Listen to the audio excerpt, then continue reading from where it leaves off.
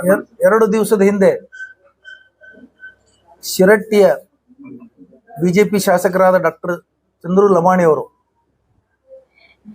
11 ಲಕ್ಷ ರೂಪಾಯಿಗಳಿಗೆ ವ್ಯವಹಾರ ಕುದುರಿಸಿ 5 ಲಕ್ಷ ರೂಪಾಯಿ ನಗದು ಸ್ವೀಕರಿಸುವಾಗ ಕರ್ನಾಟಕ ಲೋಕಾಯುಕ್ತ ಪೊಲೀಸರ ಬಲೆಗೆ ಬಿದ್ದಿದ್ದಾರೆ. ಅವರು ಈಗಾಗಲೇ ಜೈಲು ಪಾಲಾಗಿದ್ದಾರೆ. ಅವರು ಬಿಜೆಪಿಯ ಶಾಸಕರು. ಇವರು ಈಗಾಗಲೇ ಕೆಲವು ಹಗರಣ, ಸರ್ಕಾರಿ ಡಾಕ್ಟರ್ ನೌಕರಿ ಮಾಡುವಾಗ, ಸರ್ಕಾರಿ ವೈದ್ಯರಿದ್ದಾಗ ಹಗರಣಗಳಲ್ಲಿದ್ದರು. ಅವರು ಅಷ್ಟು ಹಗರಣಗಳಲ್ಲಿದ್ದರೂ ಸಹಿತ ನಾವು ಬಹಳ ಪ್ರಾಮಾಣಿಕರಂತ ಹೇಳ್ಕೊಳ್ಳೋಂಥ ಬಿಜೆಪಿಯವರು ಅವರಿಗೆ ಕರೆದು ಟಿಕೆಟ್ ಕೊಟ್ಟು, ಬಿಜೆಪಿ ಟಿಕೆಟ್ ಕೊಟ್ಟು ಶಿರಟ್ಟಿಯಿಂದ ಶಾಸಕರನ್ನಾಗಿ ಆರಿಸಿದ್ದಾರೆ. ಇದು ಭ್ರಷ್ಟಾಚಾರದ ಒಂದು ಮುಖವಾಡ. ಇನ್ನು ಈ ಬಿಜೆಪಿಯವರು ಇವರೊಬ್ಬರೇ ಏನು ಮೊದಲಿಗರಲ್ಲ. ಈ ಹಿಂದೆ KGF ಬಿಜೆಪಿ ಶಾಸಕರಾದಂಥ ವೈ ಸಂಪಂಗಿ ಅವರು ಸುಮಾರು 11 ಲಕ್ಷಗಳ ವ್ಯವಹಾರದಾಗ ಅವರು ರೆಡ್ ಹ್ಯಾಂಡ್ ಆಗಿ ಸಿಕ್ಕು ಅವರು ಅರೆಸ್ಟ್ ಆಗಿ ಅವರು ಜೈಲು ಪಾಲಾಗಿದ್ದರು. ಆ ನಂತರ ಚನ್ನಗಿರಿ ಶಾಸಕರಾದಂಥ ಮಾಡಾಳು ವಿರೂಪಾಕ್ಷಪ್ಪನವರು ಕರ್ನಾಟಕ ರಾಜ್ಯ ಸಾಬೂನು ಮತ್ತು ಮಾರ್ಜಕ ಕಾರ್ಖಾನೆ ಅಧ್ಯಕ್ಷರಾಗಿದ್ದ ಅವಧಿಯಲ್ಲಿ ಕಚೇರಿಯಲ್ಲಿನೇ 40 ಲಕ್ಷ ರೂಪಾಯಿಗಳು ಲಂಚ ಸ್ವೀಕಾರ ಮಾಡುವಾಗ ರೆಡ್ ಹ್ಯಾಂಡ್ ಆಗಿ ಪೊಲೀಸರ ಕೈ ಸಿಗಾಕೊಂಡ್ರು. ಕಚೇರಿಯಲ್ಲಿ 1,60 ಲಕ್ಷ ರೂಪಾಯಿ ನಗದು ಸಿಕ್ಕು. ಅವ್ರ ಮನೆಯಲ್ಲಿ 6 ಕೋಟಿ ರೂಪಾಯಿ ನಗದು ಹಣ ಸಿಕ್ತು. ಅವರು ಜೈಲು ಪಾಲಾದರು. ಆದರೂ ಸಹಿತ ಬಿಜೆಪಿಯವರು ನಾವು ಪ್ರಾಮಾಣಿಕರು, ಸತ್ಯ ಹರಿಶ್ಚಂದ್ರನ ಉದರದಿಂದ ಉದುರದವರು ಅಂತ ಹೇಳ್ಕೊಳ್ತಾ ತಿರುಗಾಡ್ತಾರೆ. ಯಾರ್ಯಾರು ಈ ದೇಶದಲ್ಲಿ ಕಡು ಭ್ರಷ್ಟರು, ಅತ್ಯಂತ ಭ್ರಷ್ಟದಾರ, ಅವರೆಲ್ಲರನ್ನ ಬಿಜೆಪಿ ತನ್ನ ತೆಕ್ಕೆಗೆ ತಗೊಂಡು ಅವರನ್ನು ವಾಷಿಂಗ್ ಮಷಿನ್ನಲ್ಲಿ ಹಾಕಿ ತೊಳೆದಿದ್ದಾರೆ. ಇತ್ತೀಚೆಗೆ ನಿಧನರಾದಂತಹ ದಿವಂಗತ ಅಜಿತ್ ಪವಾರ್ ಅವರು 70,000 ಕೋಟಿ ಹಗರಣದಾಗ ಸಿಗಾಕೊಂಡಿದ್ರು. ಅಂಥವ್ರಿಗೆ ತಗೊಂಡು ಇವರು ಉಪಮುಖ್ಯಮಂತ್ರಿ ಮಾಡಿದ್ರು. ಪಶ್ಚಿಮ ಬಂಗಾಳದಲ್ಲಿ ಸರ್ಕಾರನಂತ ಒಬ್ಬ ವ್ಯಕ್ತಿ ಕೋಟಿ ರೂಪಾಯಿಗಳನ್ನ ಭ್ರಷ್ಟಾಚಾರ ಸಿಗಾಕೊಂಡಾಗ ಅವರಿಗೂ ತಗೊಂಡ್ರು. ಇಂಥವು ಸಾವಿರಾರು ಉದಾಹರಣೆಗಳಿದಾವೆ. ಹಿಂದೆ ಬಿಜೆಪಿ ಅಧ್ಯಕ್ಷ ಆಗಿದ್ರು ಒಬ್ಬರು ಬಂಗಾರು ಲಕ್ಷ್ಮಣ್ ಅಂತ. ಅವರು ಲಂಚದ ವಿಷಯದಲ್ಲಿ ದಿಲ್ಲಿಯಲ್ಲಿ ಅರೆಸ್ಟ್ ಆಗಿದ್ರು. ಅವರು ರೆಡ್ ಹ್ಯಾಂಡ್ ಆಗಿ ಸಿಕ್ಕಿದ್ರು. ಇದು ಭ್ರಷ್ಟಾಚಾರನೇ.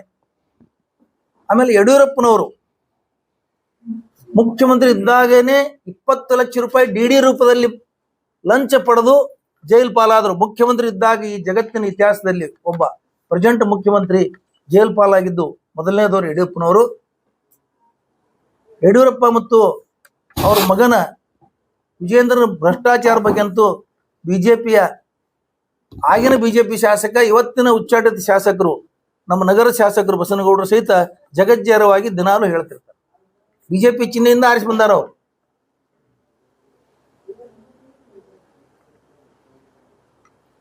ಬಿಜೆಪಿಯವರು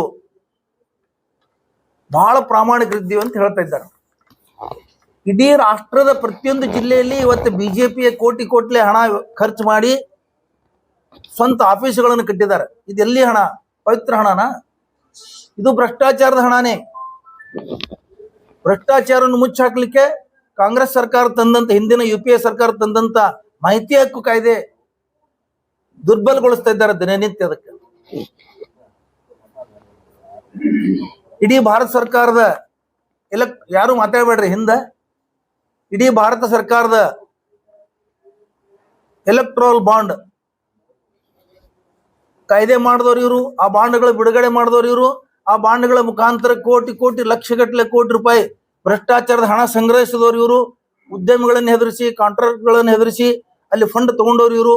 ಇದೆಲ್ಲ ಸುಪ್ರೀಂ ಕೋರ್ಟ್ದ ಆದೇಶ ಪ್ರಕಾರ ಇಡೀ ದೇಶದ ಜಗಜ್ಜಾರಾಗಿದೆ. ಇವರು ಭ್ರಷ್ಟಾಚಾರದ ಮುಖವಾಡ ಬಯಲಾಗಿದೆ. ಎಲ್ಲಿಂದ ಬರ್ತಿದೆಲ್ಲ? ಇವರು ಪ್ರಾಮಾಣಿಕರಿದ್ರ ಇವತ್ತಿಗೂ ನರೇಂದ್ರ ಮೋದಿ ಅವರ ನೇತೃತ್ವದಲ್ಲಿ ಮಾಡಿದಂಥ PM ಕೇರ್ ಫಂಡ್ ಅದ್ರ ಡಿಕ್ಲೇರೇ ಮಾಡ್ತಾ ಇಲ್ಲ. ಅದು ಅದು ಯಾರು ಕೇಳಬಾರ್ದಂತ ಕಾಯ್ದೆನೇ ಮಾಡಿಬಿಟ್ಟಿದ್ದಾರೆ. ಯಾರು ಕೇಳಬಾರ್ದಂತ ಕಾಯ್ದೆ ಮಾಡಿದ್ರೆ ಮುಚ್ಚಾಕಲಿಕ್ಕೆಲ್ಲ ಭ್ರಷ್ಟಾಚಾರ ಮುಚ್ಚಾಕಲಿಕ್ಕೆ ಮಾಡಿದಂತ ಕಾಯ್ದೆ ಅದು. UPA ಸರ್ಕಾರ, ಕಾಂಗ್ರೆಸ್ UPA ಸರ್ಕಾರ ಭ್ರಷ್ಟಾಚಾರ ಹೊರಗೆ ಬರಬೇಕು, ಜನ ಭ್ರಷ್ಟಾಚಾರದಿಂದ ಮುಕ್ತರಾಗಬೇಕಂತ ತಿಳ್ಕೊಂಡು ಮಾಹಿತಿ ಹಕ್ಕು ಕಾಯ್ದೆ ತಂತು, ಲೋಕಾಯುಕ್ತ ಕಾಯ್ದೆ ತಂತು, ಲೋಕಪಾಲ್ ಕಾಯ್ದೆ ತಂತು. 12 ವರ್ಷಗಳ ಕಾಲ ಇವತ್ತು ಪ್ರಧಾನಮಂತ್ರಿ ಆದಂತವ್ರು ಒಂದು ಲೋಕಪಾಲ್ ನೇಮಕ ಮಾಡೋಕ್ಕಾಗಿಲ್ಲ ಇವತ್ತು ಭಾರತ ದೇಶದಲ್ಲಿ. ಯಾಕಾಗಿಲ್ಲ? ಇದೇ ಅಣ್ಣಾ ಹಜಾರೆ ಅವರು ಬಹಳ ಜನ ಹೋರಾಟಗಾರರು ಲೋಕಪಾಲ್ ಮಾಡಿ ಅಂತ ಹೇಳಿ ಹೋರಾಟ ಮಾಡೋರು. ಸರ್ಕಾರವನ್ನು ಲೋಕಪಾಲ್ ಮಾಡೋ ಸಲುವಾಗೇನೆ ಹೊಸ ಸರ್ಕಾರ ತಂದ್ರು ಬಿಜೆಪಿದು. ಆದ್ರೆ ಇವತ್ತಿಗೂ ಲೋಕಪಾಲ್ ಮಾಡಿಲ್ಲ. ಎಂತ ಅನ್ಯಾಯ! ಇದು ಯಾರು ಪ್ರಶ್ನೆ ಮಾಡಕ್ಕೆ ತಯಾರಿಲ್ಲ. ಅವ್ರು ಇನ್ನೊಬ್ಬರ ಬಗ್ಗೆನೇ ಹೇಳ್ತಾರೆ ಹೊರತಾಗಿ ತಮ್ಮದು ತಾವು ನೋಡ್ಕೊಳ್ತಾ ಇಲ್ಲ. ಅವರು ಇವತ್ತಿಗೂ ಲೋಕಪಾಲ್ ಮಾಡಕ್ ರೆಡಿ ಇಲ್ಲ. ಬಿಜೆಪಿ ಅಕೌಂಟದಲ್ಲಿ ಇವತ್ತ ಅತಿ ಹೆಚ್ಚಿನ ಹಣ ಇದೆ, ದೇಣಿಗೆ ಹಣ 10,000 ಕೋಟಿಗೆ ಮೇಲ್ಪಟ್ಟು. ಮಾಹಿತಿ ಹಕ್ಕಿನಲ್ಲಿ ಲೋಕಸಭೆಯಲ್ಲಿ ಕೊಟ್ಟಂತ ಮಾಹಿತಿ ಇದು, ಸಚಿವರುಗಳು MP ಗಳಿಗೆ ಕೊಟ್ಟಂತ ಮಾಹಿತಿ ಇದು. 10,000 ಕೋಟಿ ಹಣ ಎಲ್ಲಿಂದ ಬಂತು? ಇವತ್ತು ದೆಹಲಿನಲ್ಲಿ ಬಿಜೆಪಿಯ ಅಂತಾರಾಷ್ಟ್ರೀಯ ಮಟ್ಟದ ಒಂದು ದೊಡ್ಡ ಆಫೀಸ್ ಕಟ್ಟಿದ್ದಾರೆ ಬಿಜೆಪಿದು. ಆ ಆಫೀಸ್ ಕಟ್ಟಲು ದುಡ್ಡು ಎಲ್ಲಿಂದ ಬಂತು? ಇದರ ಮಾತ್ರ ಸಂಸ್ಥೆ ನೂರಾರು ಕೋಟಿ ರೂಪಾಯಿ, 1,000 ಕೋಟಿ ಆಗಿರ್ಬೋದು, ಅಷ್ಟು ಖರ್ಚು ಮಾಡಿ RSS ಕಚೇರಿ ಕಟ್ಟಿದ್ದಾರೆ, ಕೇಂದ್ರ ಕಚೇರಿ. ಅದೆಲ್ಲಿಂದ ಬಂತು? ಎಲ್ಲ ಭ್ರಷ್ಟಾಚಾರದಿಂದ ಮಾಡಿದ್ದು. ಬಿಜೆಪಿ ಹುಟ್ಟಿದ್ದೇ ಭ್ರಷ್ಟಾಚಾರದಿಂದೇ. ಯಾಕಂದ್ರೆ ಅವರು ಪ್ರಾರಂಭ ಮಾಡಿದವರೇ ಅವರೇ ಭ್ರಷ್ಟಾಚಾರ. ಮತ್ತೆ ಹೇಳ್ತಾರೆ ಬೇರೆದವರಿಗೆ ನೀವು ಭ್ರಷ್ಟಾಚಾರ ಮಾಡಿದ್ರಿ. ಕಾಂಗ್ರೆಸ್ದವರು ಸಚಿವರನ್ನ MP ಗಳನ್ನ ಭ್ರಷ್ಟಾಚಾರದ ವಿಷಯದಲ್ಲಿ ಅರೆಸ್ಟ್ ಮಾಡಿದ್ದಿದೆ. ತಮಿಳುನಾಡಿನ ಕನ್ಮೋಳಿ ಇರ್ಬೋದು, ರಾಜಾ ಇರ್ಬೋದು, ಇಂದು ಬಹಳ ಜನ ಭ್ರಷ್ಟಾಚಾರದಲ್ಲಿ ಶಾಸಕರನ್ನ, ಸಂಸದರನ್ನ ಅರೆಸ್ಟ್ ಮಾಡಿ ಕೇಸ್ ಹಾಕಿದ್ರು. ಅದನ್ನೆಲ್ಲ ಇವ್ರಿಗೆ ನೆನಪಿಲ್ಲ, ಅದನ್ನೆಲ್ಲ ಮಾತಾಡೋದಿಲ್ಲ ಯಾರು. ಇವೆಲ್ಲ ಎಲ್ಲಿಯೂ ಬಂದು ಒಂದು ವೇಳೆ ಪ್ರಾಮಾಣಿಕರಿದ್ರೆ ಪ್ರಧಾನಮಂತ್ರಿಗಳು PM ಕೇರ್ ಫಂಡ್ ಅನ್ನು ಡಿಕ್ಲೇರ್ ಮಾಡಬೇಕು. ಅದ್ರಾಗ ಹಣ ಎಲ್ಲಿ ಬಂತು? ಇವತ್ತಿಗೆ ಕೊರೋನಾ ಬಂದು ಎಷ್ಟು ವರ್ಷ ಆಯ್ತು? 5 ವರ್ಷಗಳ ಕಾಲ ಅದಕ್ಕೆ ಹಣ ಎಲ್ಲಿಂದ ಬಂತು, ಎಷ್ಟು ಬಂತು? ಆಮೇಲೆ ಬಿಜೆಪಿ ದೇಣಿಗೆ ಯಾರ್ಯಾರು ಕೊಟ್ಟರು ಡಿಕ್ಲೇರ್ ಮಾಡಲಿ. ಸತ್ಯ ಹರಿಶ್ಚಂದ್ರನ ಉದರದಿಂದ ಬಂದವರು ಇದೆಲ್ಲ ಜನರ ಹತ್ರ ಬಿಚ್ಚಿಡಬೇಕು ಅಂತ ಹೇಳಿ ನಾವು ಆಗ್ರಹ ಮಾಡ್ತೀವಿ. ಈಗ ಡಾಕ್ಟರ್ ರವಿ ಬರದವರು ಮಾತಾಡಿ. ಹಿಂದಿನ ದಿನ ಏನು ಬಿಜೆಪಿ ಶಿರಹಟ್ಟಿ ಶಾಸಕರನ್ನ ಲಂಚ ಪಡಿತಕ್ಕಂಥ ಒಂದು ಸಂದರ್ಭದಲ್ಲಿ ಅರೆಸ್ಟ್ ಮಾಡಿರ್ತಕ್ಕಂಥದ್ದು. ಈ ಭಾರತೀಯ ಬಿಜೆಪಿ ಅಂದ್ರೆ ಭ್ರಷ್ಟ ಜನತಾ ಪಕ್ಷ ಅಂತ. ಬಿಜೆಪಿ ಅಂದ್ರೆ ಭ್ರಷ್ಟ ಜನತಾ ಪಕ್ಷ. ಇವರು ಹೇಳೋದೊಂದು ಮಾಡೋದೊಂದು. ಏನಂದ್ರೆ ನಾ ಕಾವಂಗ ನಾ ಖಾನೆ ದೂಂಗ ಅಂತ ಹೇಳಿದ್ರು ಮೋದಿಯವರು. ಈಗ ಪರಿಸ್ಥಿತಿ, ದೇಶದೊಳಗೆ ಪರಿಸ್ಥಿತಿ ಏನಾಗಿದೆ ನೋಡ್ರಿ ನೀವು. ಎಲ್ಲಾ ಒಂದು ರಾಜ್ಯಗಳಲ್ಲಿ ಬಿಜೆಪಿ ಇರ್ತಕ್ಕಂಥ ಒಂದು ಆಡಳಿತ ಇರ್ತಕ್ಕಂಥ ಎಲ್ಲಾ ರಾಜ್ಯಗಳಲ್ಲಿ ಅಲ್ಲಿ ಮಾಡಿರ್ತಕ್ಕಂಥ ಕಾಮಗಾರಿಗಳು ಎಲ್ಲ ನೋಡ್ರಿ ನೀವು. ಯಾವ ರೀತಿ ಏರೋಪ್ಲೇನ್ ಏರ್ಪೋರ್ಟ್ ಬೀಳ್ತವೆ, ಬೇರೆ ಬೇರೆ ಒಂದು ರಸ್ತೆಗಳಲ್ಲಿ ಬ್ರಿಡ್ಜ್ಗಳು ಬೀಳ್ತವೆ. ಇವೆಲ್ಲ ಯಾಕೆ ಬೀಳ್ತಾವೋ? ಇವನ್ನ ಗುಜರಾತ್ ನಲ್ಲಿ ಅಹಮದಾಬಾದ್ ಏನೊಂದು ಮಾಡಲ್ ಅಂತ ಹೇಳ್ತಾರೆ, ಗುಜರಾತ್ ಮಾಡಲ್ ಏನು ಗುಜರಿ ಮಾಡಲ್ ಅಂತ ನಂಗೆ ಗೊತ್ತಿಲ್ಲ. ಅಲ್ಲಿ ದೊಡ್ಡ ದೊಡ್ಡ ಬ್ರಿಡ್ಜ್ಗಳು ಹಂಗೆ ಬಿದ್ದು ಬಿಡ್ತಾವ. ಒಂದು ಉದ್ಘಾಟನೆ ಆದ 1 ವರ್ಷನೂ ಆಗಿರೋದಿಲ್ಲ, ಅವಾಗಲೇ ಬಿದ್ದು ಬಿಡ್ತಾವ. ಅದ್ರ ಅರ್ಥ ಏನಂದ್ರೆ ಇಷ್ಟೊಂದು ಇವ್ರು ಬ್ಯಾಕ್ ತಗೊಂಡು ಅಗದಿ ಕಳಪೆ ಕೆಲಸ ಇವ್ರು ಎಲ್ಲೆಲ್ಲಿ ಮಾಡಿದ್ದು ನೋಡ್ರಿ ನೀವು. ಸಂಸತ್ 20,000 ಕೋಟಿ ರೂಪಾಯಿ ಒಟ್ಟು ಹೊಸ ಸಂಸತ್ತಲ್ಲಿ ಕಟ್ಟಿದ್ರು, ಅಲ್ಲಿ ಸೋರ್ತು. ಮಳಿ ಬಂದಾಗ ಎಲ್ಲ ಸೋರ್ ಹೋಯ್ತು. ಇವ್ರು ರಾಮ ಮಂದಿರ ಕಟ್ಟಿದ್ರೆ ಎಲ್ಲ ಚಂದ ಎತ್ತಿ ನಾವು ಹೊಟ್ಟಿದೀವಿ, ನಾವು ಕಟ್ಟಿದೀವಿ ಅಂತ ಹೇಳಿ ರಾಮನ್ ತಂದೀವಿ ಅಂತ ಹೇಳ್ಕೊಂಡು ಮೋದಿ ಅವ್ರು ಹೇಳ್ತಾರೆ. ಆ ದೊಡ್ಡ ಪ್ರಮಾಣದಾಗ ಇನ್ನು ರಾಮ ಮಂದಿರ ಕಟ್ಟಿದ್ರು, ಅಲ್ಲಿ ಕೂಡ ಅದು ಕೂಡ ಮಳೆಗಾಲ ಎಲ್ಲ ಸೋರ್ ಹೋಯ್ತು. ಆ ರೀತಿಯಾಗಿ ಇವ್ರು ಏನಂದ್ರೆ ಇವ್ರ ಭ್ರಷ್ಟಾಚಾರವರೇ ಇವರ ತಾಯಿ, ಇವರ ತಂದೆ. ಇವ್ರದ್ದೇನೋ ಭ್ರಷ್ಟಾಚಾರದಲ್ಲೇ ಹುಟ್ಟಿರ್ತಕ್ಕಂಥವ್ರು ಇವರು. ಇದನ್ನ ಬಿಟ್ರೆ ಇವ್ರಿಗೆ ಬೇರೆ ಏನೋ ಗೊತ್ತಿಲ್ಲ. ತಾವು ಮಾಡಿದ್ದಷ್ಟೇ ಸರಿ, ಉಳಿದವ್ರು ಮಾಡಿದ್ ತಪ್ಪು ಅಂತ ಹೇಳ್ಕೊಂಡು ಏನೋ ಹೇಳ್ಕೊತ ತಾವು ಏನ್ ಮಾಡ್ತಾರೆ ಎಲ್ಲ ಸರಿ. ಭ್ರಷ್ಟಾಚಾರ ಮಾಡಿದ್ರು ಸರಿ, ಅತ್ಯಾಚಾರ ಮಾಡಿದ್ರು ಸರಿ, ಅವರು ಬರೀ ಇದೇ ಮಾಡ್ತಾ ಇರ್ತಕ್ಕಂಥದ್ದು. ಭಾರತೀಯ ಜನತಾ ಪಕ್ಷದವರು ಬರೀ ಭ್ರಷ್ಟಾಚಾರಿಗಳು, ಅತ್ಯಾಚಾರಿಗಳು. ನೋಡ್ರಿ ನೀವು ಎಲ್ಲಾ ಅತ್ಯಾಚಾರ ಕೇಸ್ನೊಳಗೆ ಅವರೇ ಸಿಕ್ಕೊಂಡಿದ್ದಾರೆ. ಇಂಥ ಒಂದು ರಾಷ್ಟ್ರಭಕ್ತಿ ಅದು ಇದು ಹೇಳ್ಕೊತೀವ್ರೇನು ಅಡ್ಡಾಡ್ತಾರ. ಯಾವುದು ಏನು ರಾಷ್ಟ್ರಭಕ್ತಿ ಇಲ್ಲ, ಏನೂ ಇಲ್ಲ. ತಮ್ಗೇನ್ ತಿಳಿತದೆ, ತಮ್ಗೇನ್ ಬೇಕು ಅದನ್ನ ಮಾಡ್ತಕ್ಕಂಥ ಒಂದು ಕೆಟ್ಟವಾಗಿರ್ತಕ್ಕಂಥ ಒಂದು ಪಕ್ಷ ಸರ್ಕಾರ ಇವತ್ತು ಭಾರತೀಯ ಜನತಾ ಪಕ್ಷದವ್ರು ಇದ್ದಾರೆ ಅಂತಕ್ಕಂಥ ಮಾತನ್ನ ಸಂದರ್ಭದಲ್ಲಿ ಯಾರಿಂದ ಎಷ್ಟು ಮಂದಿ ಅದರಲ್ರಿ ಗುರುಗಳೇ ಪಕ್ಷದಾಗೆ ಯಡಿಯೂರಪ್ಪನವರು ಇದ್ದಾರೆ, ಮತ್ತೆ ಎಲ್ಲಾ ಇಡೀ ಆಲ್ ಓವರ್ ಇಂಡಿಯಾ ಹೋಗ್ರಿ ನೀವು ಎಲ್ಲರೂ ಇದ್ದಾರೆ. ಎಫ್ಸ್ಟೀನ್ ಫೈಲ್ಸ್ ಇದ್ದಾರೆ. ಎಫ್ಸ್ಟೀನ್ ಫೈಲ್ಸ್ ಏನ್ರಿ ಗುರುಗಳೇ? ಎಫ್ಸ್ಟೀನ್ ಫೈಲ್ಸ್ ಅಲ್ಲಿ ಯಾಕೆ ಸಡನ್ ಆಗಿ ಏನು ಟ್ರಂಪ್ ಅವ್ರು ಹೆಂಗ್ ಹೇಳ್ತಾರ ಹಂಗ್ ಕೇಳಕತ್ತಾರಲ್ಲ ಮೋದಿಜಿ ಅವರು. ಒಮ್ಮೆ ಸಡನ್ ಆಗಿ ನಾವು ದೊಡ್ಡದಿಲ್ಲಿ ಒಪ್ಪಂದ ಮಾಡಿದ್ದೀವಿ ಎಲ್ಲ ರಷ್ಯಾ ಒಂದು ಎಷ್ಟೊಂದು ದೇಶಗಳು ಕೂಡಿಕೆಂದ ಆ ತಕ್ಷಣ ಮುಂದಿನ ಒಂದು ವಾರ 15 ದಿನದಾಗೆ ಇವ್ ಎಫ್ಸ್ಟೀನ್ ಫೈಲ್ಸ್ ಹೆದರ್ಸಿ ಟ್ರಂಪ್ ಇಸ್ ಡಿಕ್ಲೇರಿಂಗ್ ಇಂಡಿಯಾ ಏನ್ ಮಾಡ್ಬೇಕಂದ್ರೆ ಟ್ರಂಪ್ ಹೇಳ್ತಾ ಇದ್ದಾನೆ, ಇಷ್ಟು ಪರ್ಸೆಂಟೇಜ್ ನೀವು ಟ್ಯಾಕ್ಸ್ ಕೊಡ್ಬೇಕು, ಕೊಡಬಾರ್ದು, ನಮ್ಮ ಅಮೆರಿಕನ್ ಪ್ರೊಡಕ್ಟ್ಸ್ ಏನು ಕೊಡಬಾರ್ದು. ಅವ್ರು ಹೆಂಗ್ ಹೇಳ್ತಾರ ಹಂಗ್ ಮಾಡ್ತಾ ಇದ್ದಾರೆ. ನೀವ್ರವ್ರು ಏನೋ ಕೇಳ್ತಾ ಇದ್ರಿ. ಮತ್ತೆ ರಮೇಶ್ ಜಾರಕಿಹೊಳಿ ಅವರು ಎಲ್ಲಿ ಎದ್ರಾಗ ಯಾವ ಕೇಸ್ನೇ ಸಿಕ್ಕೊಂಡಿದ್ರಿ ಗುರುಗಳೇ? ಜಾರಕಿಹೊಳಿ ಅವ್ರು ಲಾಸ್ಟ್ ನೋಡಿರಲ್ಲ, ಮತ್ತೆ ಎಷ್ಟು ಬೇಕ್ರಿ ಉದಾಹರಣೆ. ಹರತಾಳ ಹಾಲಪ್ಪನವರು, ಇನ್ನೂ ಬಾಳ ಅದಾವ. ಜಾರಕಿಹೊಳಿ ಅವರು, ಯಡಿಯೂರಪ್ಪನವರು, ಇಲ್ಲಿ ಕೆಲವೊಬ್ರು ಇಲ್ಲಿಯವರು ಜನಪ್ರತಿನಿಧಿಗಳು ಲೋಕಲ್ ಅವರು ಸಿಡಿಗೆ ಸ್ಟೇ ತಂದಾರೆ. ಇಷ್ಟೊಂದು ಜನ ಯಾಕೆ ತಂದಾರೆ ಅವೆಲ್ಲ? ಅತ್ಯಾಚಾರ ಕೇಸುಗಳಿಗೆ ಅವೆಲ್ಲ ನಿಮ್ಗೆ ಗೊತ್ತೈತಿ, ಮಾಧ್ಯಮದವ್ರು ನಿಮ್ಗೆ ಗೊತ್ತಿಲ್ಲ. ಮತ್ತೆ ಇನ್ನು ಭ್ರಷ್ಟಾಚಾರ ಬಗ್ಗೆ ಹೇಳ್ಬೇಕಂದ್ರೆ ಅವ್ರದೇ ಪಕ್ಷದವ್ರು ಇನ್ನೊಂದು ಹೇಳಿದ್ರು, ಇದೇ ನಗರ ಶಾಸಕರ ಒಂದು ಅವಧಿಯೊಳಗೆ ಜಾಸ್ತಿ ಭೂಗಳ್ಳತನ ಆಗ್ಯದ ಅಂತ ಹೇಳಿ ಹೇಳಿದ್ರು. ನಿನ್ನೆ ಅವರೇ ಹೇಳಿದ್ರು, ಮಾಜಿ ಶಾಸಕರು ಮಾಜಿ ಮಂತ್ರಿಗಳು ಈ ಭಾರತೀಯ ಜನತಾ ಪಕ್ಷದ ಶಾಸಕರಿದ್ದಾಗನೇ ಅವ್ರ ಮುಂದೆನೆ ಆಗ್ಯದಂತ ಬಿಜೆಪಿ ಅವರು ಹೇಳತ್ತಾರೆ. ಮತ್ತೆ ಈ ನಗರ ಶಾಸಕರು ಹೋಗಿ ಹೇಳಿದ್ರು 2500 ಕೋಟಿ ರೂಪಾಯಿ ಮುಖ್ಯಮಂತ್ರಿ ಆಗಕ್ಕೆ ಅಂತ ಹೇಳಿ ಬೇಕಂತ ಹೇಳಿದ್ರು. ಶಾಸಕ ಆಗ್ಬೇಕು ಇಷ್ಟು ಬೇಕು ಎಲ್ಲ. ನೋಡ್ರಿ ನೀವು, ಭ್ರಷ್ಟಾಚಾರದ ಒಂದು ಕೂಪ ಆಗಿಬಿಟ್ಟದು. ಬಿಜೆಪಿ ಅಂದ್ರೆ ಭ್ರಷ್ಟ ಜನತಾ ಪಾರ್ಟಿನೇ, ಬೇರೆ ಏನೇನು ಇಲ್ಲ.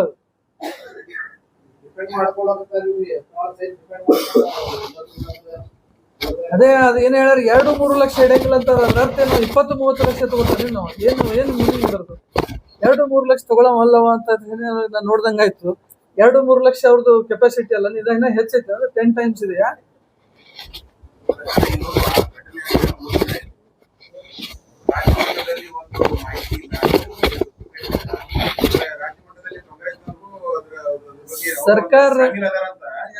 ಸರ್ಕಾರ ಪ್ರೊಟೆಸ್ಟ್ ಮಾಡೋದ್ರಂಗಿಲ್ಲ. ಸರ್ಕಾರ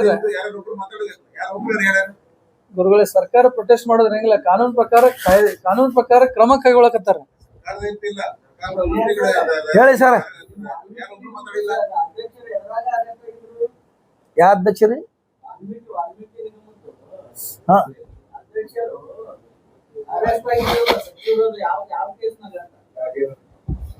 ಅವ್ರ ಅಧ್ಯಕ್ಷರಲ್ಲ, ನಾಗೇಂದ್ರ MLA. ಅರೆಸ್ಟ್ ಆಗಿಲ್ಲ ಅವರು.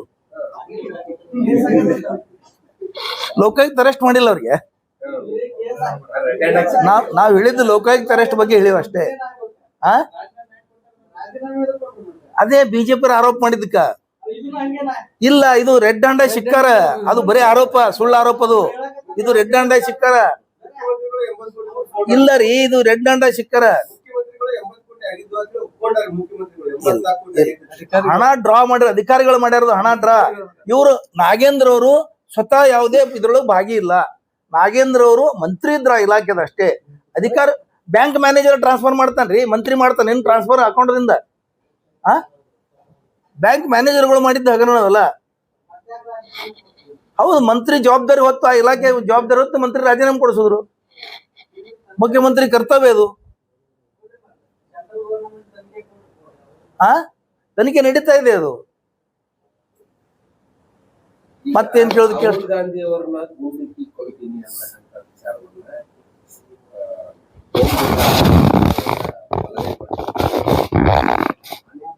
ಎಲ್ಲೂ ಕೂಡ ರಾಹುಲ್ ಗಾಂಧಿ ಅವರಿಗೆ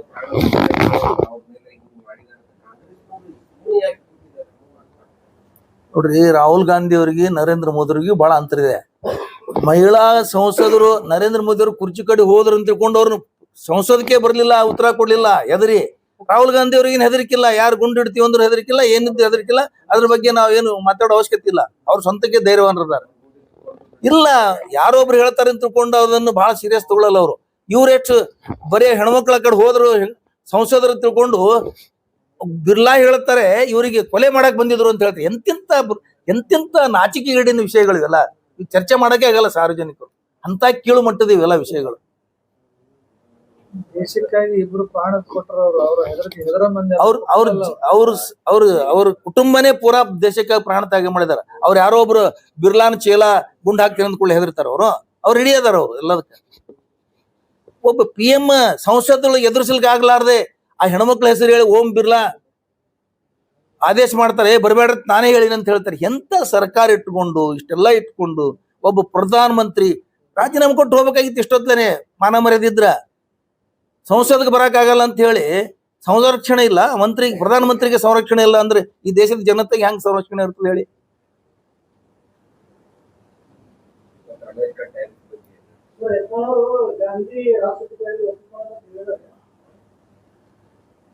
ನಾವು ಹುಚ್ಚರಿಗೆ ಅದು ಉತ್ತರ ಕೊಡಲ್ಲ ಸರ್, ಅಂತಕ್ಕೆಲ್ಲ ಪ್ರತಿಕ್ರಿಯೆ ಕೊಡಲ್ಲ. ಅದಲ್ಲ ಹುಚ್ಚರಿಗೆ ಮಾತಾಡ್ತಾರಲ್ಲ ಅವ್ರಿಗೆ ಪ್ರತಿಕ್ರಿಯೆ ಕೊಡಲ್ಲ ನಾವು. ಬಾಗಲಕೋಟದ ವಿಷಯ ನಾವ್ ಇನ್ನ ವಿಷಯ ಗ್ರಹಣ ಮಾಡ್ತಾ ಇದ್ದೀವಿ. ವಿಷಯ ಗ್ರಹಣ ಮಾಡಿ ನಿಮ್ ಎದುರಿಗೆ ಅದೆಲ್ಲ ಹೇಳ್ತೀವಿ. ಆಮೇಲೆ SIR ಕೆಲವೊಂದ್ ಕಡೆ ಕಾಂಗ್ರೆಸ್ ಗೌರ್ಮೆಂಟ್ ಅದನ್ನ ಇನ್ನೂ approve ಮಾಡಿಲ್ಲ. ನಿಮ್ ಕಡೆ SIR ಆಗಿ ಇದು ಮಾಡಿದೆ.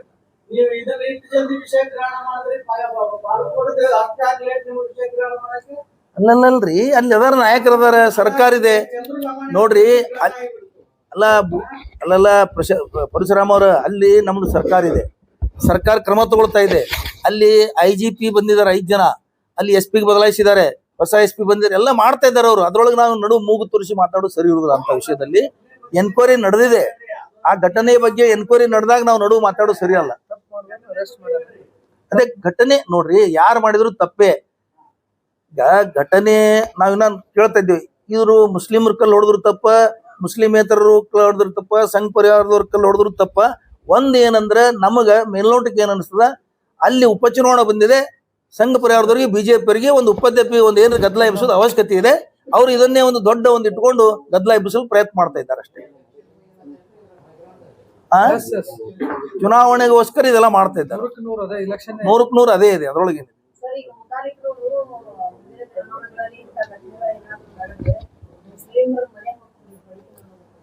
ನೋಡ್ರಿ, ಆ ಮುತಾಲಿಕ್ ಅವ್ರಿಗೆ, ಬಸವನಗೌಡ ಪಾಟೀಲ್ ಯತ್ನಾಳ್ ಅವ್ರಿಗೆ ನಾವೆಲ್ಲ ಉತ್ತರ ಕೊಡಂಗಿಲ್ಲ. ಯಾಕಂದ್ರ ಅವು 30 ವರ್ಷ ಹಿಡಿದು ನೋಡ್ತಾ ಇದೀವಲ್ಲ.